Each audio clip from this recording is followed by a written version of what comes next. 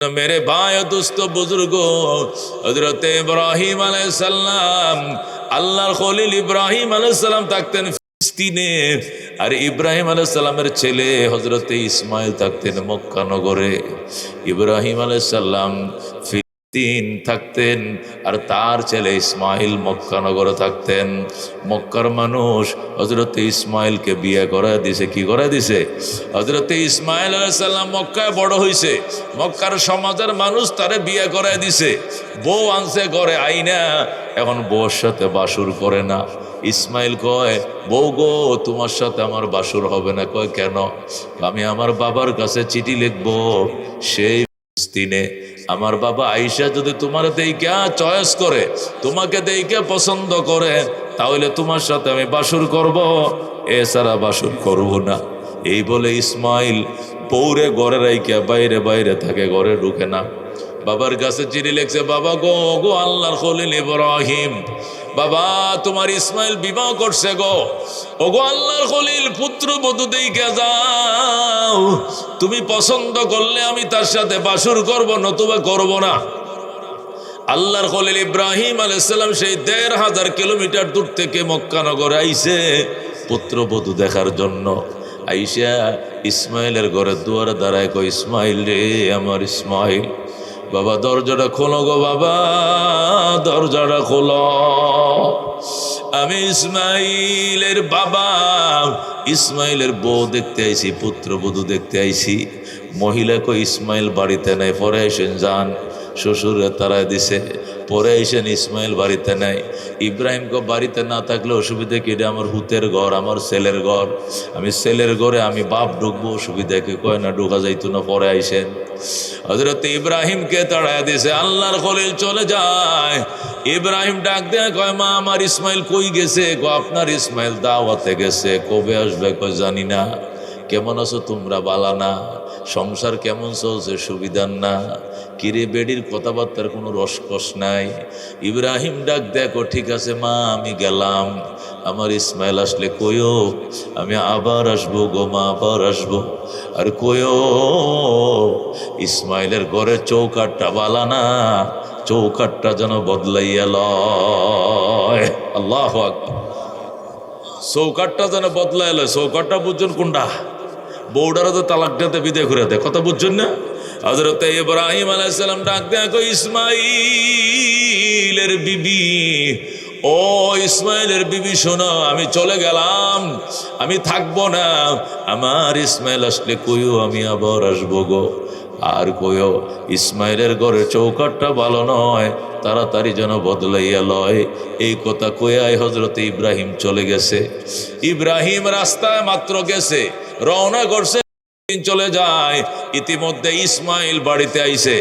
ইসমাইল বাড়িতে আইসা গো, বিবি আমার বাবা কই, আমার আব্বাই কই? ইসমাইলের বউ কই, তোমার আব্বা আইছে তুমি কেমনে জানো? আমার আব্বা আইছিল, বাবার গ্রান আমার নাকের মধ্যে লাগতেছে।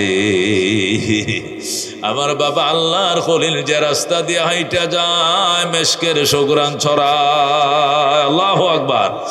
আমার বাবাই মক্কায় আইছিল, এই জন্য গোটা মক্কা নগরটা মুখরিত হয়ে গেছে।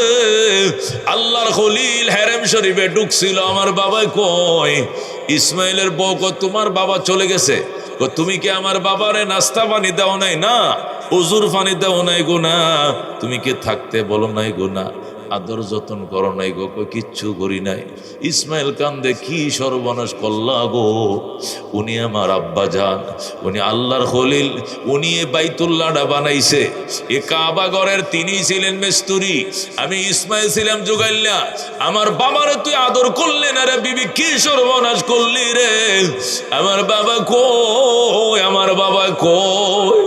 ইসমাইল যখন কান্না শুরু করছে, ইসমাইলের বিবি ডাক দেখো, তুমি কাইদো না, তোমার আব্বাই কইছে আবার আইবে, উনি আবার আসবে বলছে। আর কি বলছে? আর বলছে আমাদের ঘরের চৌকাটটা নাকি ভালো নয়, তাড়াতাড়ি যেন চৌকাটটা বদলাইয়া লও। আল্লাহু আকবার। ইসমাইল ডাক দেখো বিবি, এটা দরজার চৌকাটটা বদলাইতে কয় নাই রে, আমার বাবাই কইছে আমার ফ্যামিলির চৌকাট আমার বউরে 3 তালাক দিয়ে বিদায় দেওয়ার জন্য। 1 2 3 চলে যাও বাপের বাড়ি, তোমাকে 3 তালাক দিলাম। ইসমাইল নিজের বউকে 3 তালাক দিয়ে বিদায় করে দিছে, আর বলছে আমার বাবাই বলছে তোমারে 3 তালাক দিয়ে বিদায় দেওয়ার জন্য। বউ চলে গেছে, ইসমাইল আবার বিয়ে করছে। মক্কা নগরে বনু জুরহুম গোত্রে ইসমাইল বিবাহ করছে। বিবাহ করে আল্লাহর খলিল ইসমাইল, আল্লাহু আকবার, হযরত ইসমাইল আবার চিঠি লিখছে, বাবা গো তোমার ইসমাইল চৌকাট বদলাইছে, এবারের চৌকাটটা ভালো কিনা মন্দ দেখে যাও। চৌকাট কিন্তু বদলাইছে, মানে নয়া বিয়ে করছে রে, বুঝুন না? হযরত ইসমাইল আবার বিবাহ করছে, এবার বনু জুরহুম গোত্রে বিয়ে করছে। মেয়েটা অনেক ভালো, ভালো বংশের মেয়ে, কালো হইলেও ভালো, আল্লাহু আকবার, জাতের মেয়ে কালো ভালো, কথা ঠিক কিনা? হযরত ইসমাইল আবার বিবাহ করছে, বিবাহ করে চিঠি লিখছে, বাবা গো তোমার ইসমাইল চৌকাট বদলাইছে, এবার আসো দেখে যাও এবারের চৌকাট ভালো কিনা মন্দ। আল্লাহর খলিল ইব্রাহিম সেই 1500 কিলোমিটার দূর থেকে আবার তিনি মক্কা নগরে আসলেন। আইসা ইসমাইলের ঘরের দুয়ারে দাঁড়ায় ডাক দিলেন, ইসমাইল রে আমার ইসমাইল, আমার বাবা ইসমাইল তুমি কোথায়? আমি একজন বৃদ্ধ মানুষ, সেই ফিলিস্তিনে আসছিলাম পুত্রবধূ দেখার জন্য। ইসমাইল ওই দিনও বাড়িতে ছিল না। ইসমাইলের বউ টাস করে দরজাটা খুলে, আব্বা যান জলদি করে আসেন, আপনি আমার শ্বশুর লাগেন, আমার ভাগ্য ভালো আপনার খেদমত করার সুযোগ পাইছি। ইসমাইলের বিবি অনেক খুশি হইয়া দরজাটা খুইলা ইব্রাহিম আলাইহিস সালামকে ঘরের দুয়ারে আইনা জলচকিতে বয়াইছে। বুয়ায় কো আব্বা আপনি এখানে বসেন, আমি জমজম কুয়ার থেকে পানি আনি। ইসমাইলের বউ জমজম কুয়ার থেকে পানি আইনা এক হাতে পানি ডালে গো, আরেক হাতে শ্বশুরের পাউডি ধুয়া দেয়। আল্লাহু আকবার। মেরে ভাই দোস্ত বুজুর্গ, ও রহমতুল্লিল আলামিনের উম্মত, মা কাকে বলে বাবা কারে গো দেখো। হযরত ইসমাইল আলাইহিস সালামের বউ নিজের শ্বশুর ইব্রাহিমকে ওযু বানাইছে, এক হাতে পানি ঢালছে, আরেক হাতে পাউডি ধুয়ে দিছে, হাট্টি ধুয়ে দিছে, মাথা মাসা করে দিছে। ইব্রাহিম কয় মারে, ও মা আমার ইসমাইল কই? আপনার ইসমাইল দাওয়াতে গেছে, কবে আসবে? চলে আসবে, দেরি হবে না। তোমরা কেমন আছো গো? মা অনেক ভালো আছি। মা আমি গেলাম রে মা, আমি আবার আসবো। ইসমাইলের বিবি দরজা দাঁড়ায় গো, বাবা আপনাকে আমি যাইতে দিমু না। আল্লাহু আকবার।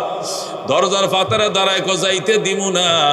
ইসমাইলের বিবি ডাক দেখো, কেন? ইব্রাহিম ডাক দেখো, কেন মা? আপনাকে যাইতে দিব না, আমার স্বামী আসুক এরপরে আপনি যাবেন। ইব্রাহিম ডাক দেখো, মা তোমার স্বামীকে আমি এখানে বনবাস দিয়েছিলাম মক্কা নগরে, এখানে আমার থাকা নিষেধ, আমি থাকতে পারবো না, আমি এখন গেলাম গো মা, আমি আবার আসবো গো মা। আমার ইসমাইল আসলে কয়ো এবারে চৌকাট বড় ভালো, জীবনে যেন এই চৌকাট না বদলায়। সুবহানাল্লাহ। মেরে ভাই দোস্ত বুজুর্গ, এই কথা বলে ইব্রাহিম চলে যায়। একটু পরে ইসমাইল বাড়িতে আসছে। আইসা ডাক দেখো, বিবিরে আমার আব্বাই কই?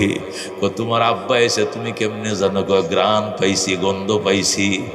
তোমার আব্বারে এত চেষ্টা করছি, রাখতে পারি নাই, অনেক চেষ্টা করেছিলাম কিন্তু তাকে রাখতে পারি নাই, মেহেরবানি করে আমাকে মাফ করে দাও, আমি অনেক জোর করছি গো। তোমার আব্বাই বলছে তিনি আবার আসবেন। আর কি বলছেন? আর বলছেন আমাদের ঘরের চৌকাটটা নাকি অনেক ভালো, জীবনে যেন এই চৌকাট না বদলাও। ইসমাইল ডাক দেয়া গো, বিবি আলহামদুলিল্লাহ, আল্লাহর অনেক শুকরিয়া, তুমি আবার বাবার খেদমত করছো, বাবার মন জয় করছো। বাবা দোয়া করছে আর বলছে তোমাকে যেন এই জীবনে কোনো দিন তালাক না দে। আল্লাহু আকবার। খেদমতে মা দর পে দর কুন সোহশম, তাকে বাসি দর্দ আলম নেকে নাম, হর কে খেদমত কর দে মখদুম শুদ, হর কে খুদরা دیده او محروم شد خدمت ما در پہ در کن اختیار تاکہ باشی در دو عالم بختیار میرے بھائیو دوستو بزرگو ময়াকার মা এই ম দিয়াই মক্কা লেখে, এই ম দিয়াই মদিনা লেখে, এই ম দিয়াই লেখে মসজিদ, এই ম দিয়া লেখে মন্দির, এই ম দিয়া লেখে মাদ্রাসা, এই ম দিয়াই মোবারক, এই ম দিয়াই মুনাওয়ার, এই ম দিয়াই মদিনা, আর এই ম দিয়াই ময়াকার মা আমার মা। কথা কোন ঠিক কিনা? এই জন্য মেরে ভাই দোস্ত বুজুর্গ মা নিজের গায়ের চামড়া দিয়েও যদি জুতা বানাও আর বলো মা এই জুতাটি তুমি ভরো, এটা আমার শরীরে চামড়া কাটিয়া তোমার জুতাটি বানাই দিছে, এটি তুমি ফাও দাও, আর এই জুতা যদি মা বাবা ফাও দেয় তারপরে এক ফোঁটা দুধের দাবি আদায় হবে না। কথা কোন ঠিক কিনা? মেরে ভাই দোস্ত বুজুর্গ কে বলে মা? হযরত আব্দুল্লাহ ইবনে মুবারক রাহমাতুল্লাহ আলাইহি লেখেন, আব্দুল্লাহ ইবনে মুবারক রাহমাতুল্লাহ আলাইহি লেখেন, আমি বাইতুল্লাহ তওয়াফ করতেছি, হঠাৎ করে দেখি একটা লোক খাসা মাথায় নিয়ে তওয়াফ করতেছে। খাসা কিতা মাথা? খাসা মাথায় নিয়ে তওয়াফ করতেছে। আব্দুল্লাহ ইবনে মুবারক রাহমাতুল্লাহ আলাইহি বলেন, আমি মনে মনে কই হায় জান্ডা নিয়ে তওয়াফ করতেই বাইরে যা দমড়া, এই লোকটা এত ওজন, একটা খাসা মাথায় কেন নিয়ে তওয়াফ করে? লোকটা খাসাটা নিচে রাইখা তওয়াফ করলে তো ভালো হইতো। অনেকক্ষণ তওয়াফ শেষ করার পর যখন খাসাটা তুইয়া ওই লোকটা নামাজ পড়তেছে, তখন আমি তার কাছে যাই বসলাম, ভাইয়া খাসা মাথায় নিয়ে তওয়াফ করেন কেন? এই হেরেম শরীফের মধ্যে স্বর্ণের দোকান খোলা তুইয়া তওয়াফে চলে যায়, নামাজে চলে যায়, একটা সাড়ারও বন্ধ করে না, তারপরে মনে মন স্বর্ণ চুরি জারি হয় না, কেউ এখানে তাকায় না। আপনার খাসার মধ্যে হয়তো আলু আছে, নাইলে তরমুজ আছে, নাইলে আনারস আছে, নাইলে বেগুন আছে, এ তরমুজের খাসা নিয়ে কেন তওয়াফ করেন? লোকটা ডাক দেখো, ও আব্দুল্লাহ ইবনে মুবারক পৃথিবী বিখ্যাত আলেম, এটা আলুর খাসা নয়, এটা বেগুনের খাসা নয়, এটা আমার মা বহনকারী খাসা। জোরে করে আল্লাহু আকবার। এখানে আমার আম্মায় বসে রয়েছে, এটা আমার মা বহনকারী খাসা, এখানে আমার মা বসা।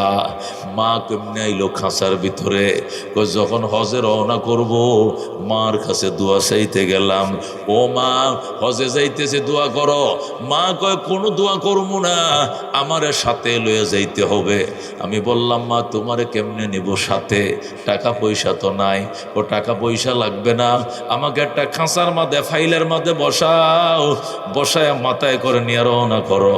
যেখানে আরব সাগর হবে সেখানে চোখটি বন্ধ করে দাঁড়ায় থাকবা, আর আমি মা এমন দোয়া দিব চোখ খুলে দেখবা আল্লাহর ঘরের সামনে পৌঁছে গেছ। আল্লাহু আকবার। আমার মা যখন আমার এমন পরামর্শ দিল তখন আমি মানলাম, ঠিক আছে মা, একটা খেতা বিছাইলাম, ওই খাঁচার মধ্যে বসাইয়া এখানে আমার বিদ্যা মাকে বয়া মাথায় করে নিয়ে রওনা করলাম। আল্লাহু আকবার। যখন আরব নদী সাগরের পারে আসলাম, আইসা দেখি স্টিমার লঞ্চ কিছুই নাই। তখন বললাম মা সাগর পাড়ি দিবা কেমনে? সামনে তো বিরাট বড় সাগর। তখন মা ডাক দেয়, কয় চোখ বন্ধ করে দাঁড়ায় থাক। আমি চোখ বন্ধ করে দাঁড়ায় ছিলাম। মা যেন আল্লাহ দরবারে কি দোয়া করছে, কি ফরিয়াদ করছে। আমার এক চোখ খুলে দেখি বাইতুল্লাহর সামনে দাঁড়ায় রইছি। আমার মায়ের দোয়ার বরকতে আল্লাহ আমাকে বাইতুল্লাহর সামনে আনছেন। আমি মায়ের দোয়ার বরকতে, আমার মা হাঁটতে পারে না, এই জন্য মারে মাথায় করে না তোয়াফ করতেছি। আমার তোয়াফ হয়ে যায়, মায়ের তোয়াফও যেন হয়ে যায়। সুবহানাল্লাহ। আব্দুল্লাহ ইবনে মুবারক ডাক দেখো, সুবহানাল্লাহ সুবহানাল্লাহ। মা ভক্ত সন্তান দেখছি, তোমার মতো মা ভক্ত দেখি নাই। তুমি তোমার মায়ের মাথার কয়ে নিয়ে হজ করাইছো। লোকটা ডাক দেখো, হুজুর আমি একবার হজ করাই নাই, আমার মায়ের সর্বমোট 10 বার মাথায় করে হজ করাইছি। সুবহানাল্লাহ। কয়বার? 10 বার। এইবার সহ 10 বার। এর আগে আরো 9 বার করাইছি হজ। আল্লাহু আকবার।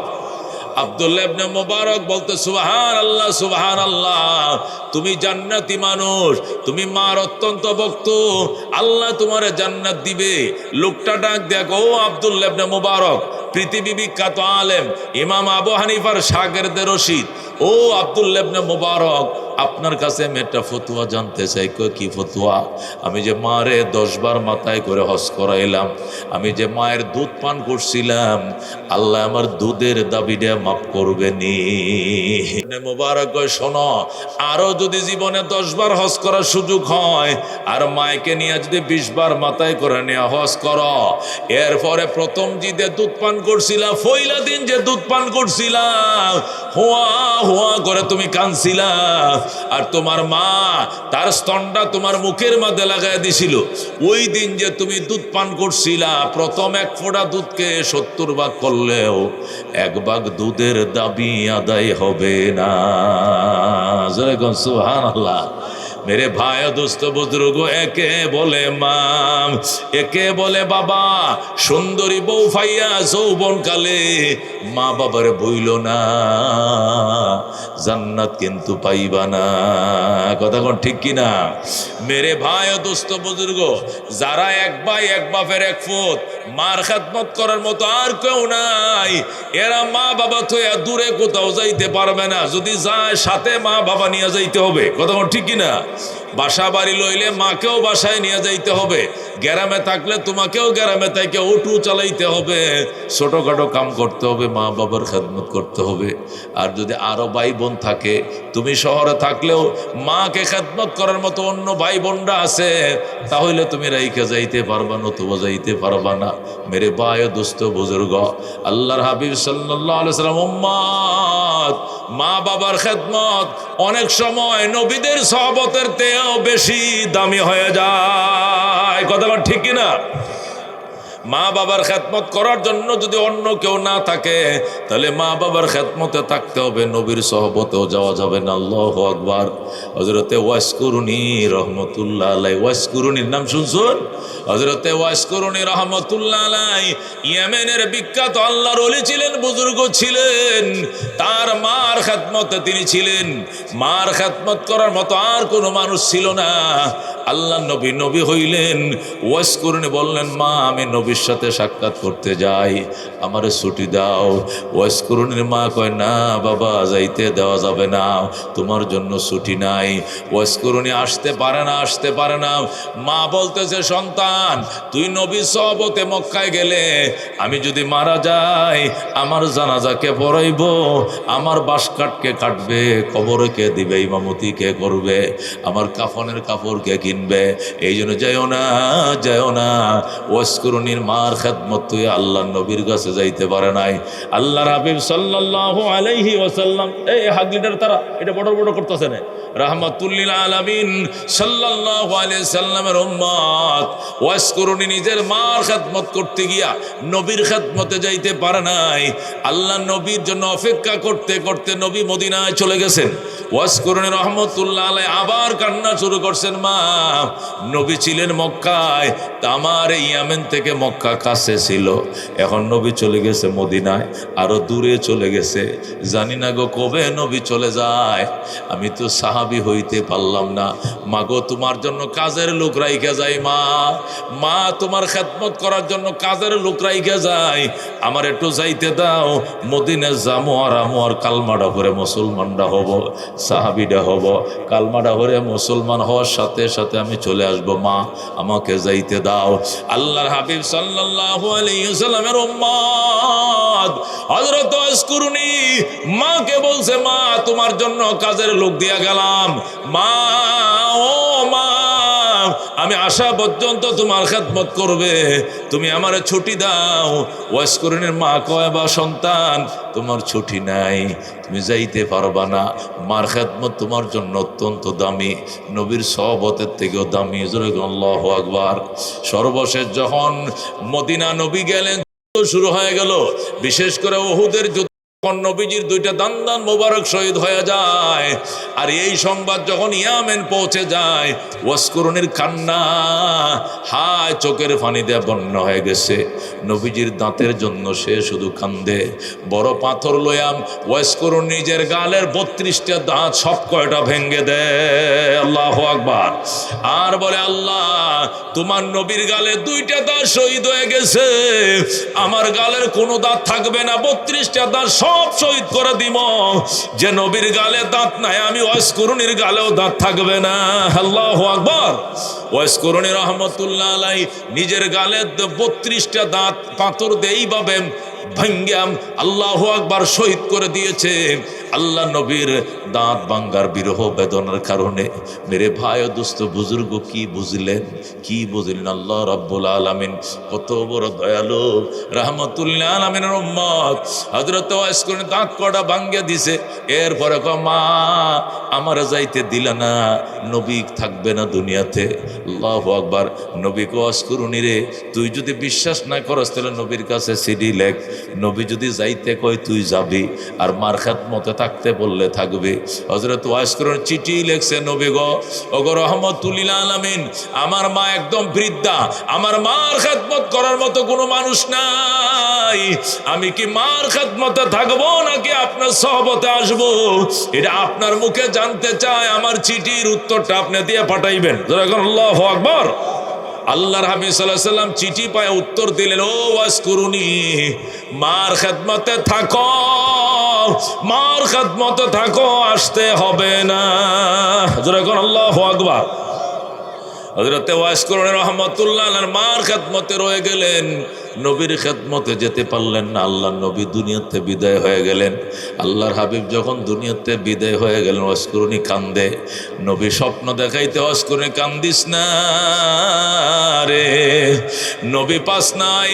আমি নবী আমার গায়ের জামাটা রাইখা আইছি রে ওয়াসকুরুনি, এই জামাটা তুই বুকের সাথে জড়াইবি, মরণের টাইমে কাফনের কাফন নিয়ে আমার কাছে আসবি, জান্নাতে কুলাকুলি করবো আমি নবী।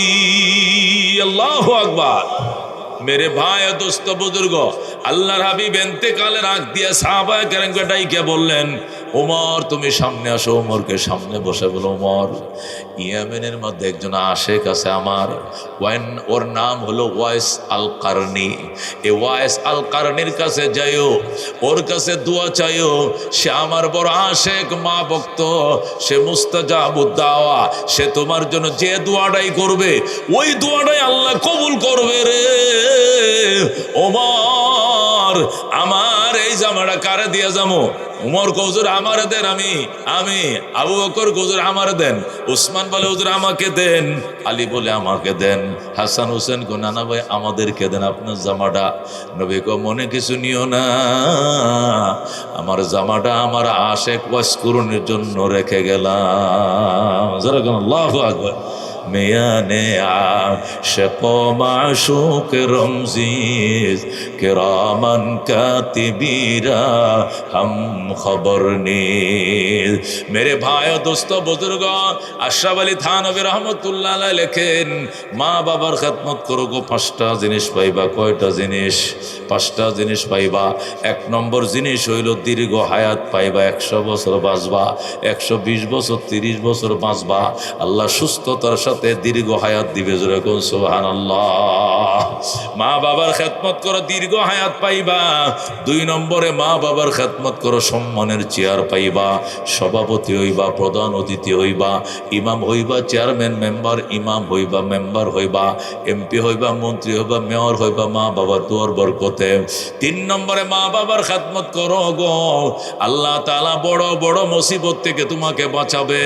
নির্ঘাত নিশ্চিত অ্যাক্সিডেন্টে তুমি মারা যাওয়ার কথা, এই অ্যাক্সিডেন্ট থেকে তোমার সাথীরা সব মারা গেছে, তোমার গাড়ির সাথে বালুর গাড়ি মুখোমুখি হইছে, এই সিএনজিতে তুমি আসিলা, ড্রাইভার সহ 3 জন মারা গেছে, তোমার গায়ে আঁচড় লাগে নাই। এটাও তোমার মা বাবার দোয়া। কথা ঠিক কিনা? হাকিমুল উম্মত মুজাদ্দিদে মিল্লাত শাহ আশরাফ আলী থানভী রহমাতুল্লাহ আলাইহি লেখে, মা বাবার খেদমত করো গো, আল্লাহ রাব্বুল আলামিন তোমাকে বাইতুল্লাহ জিয়ারত নসিব করবে।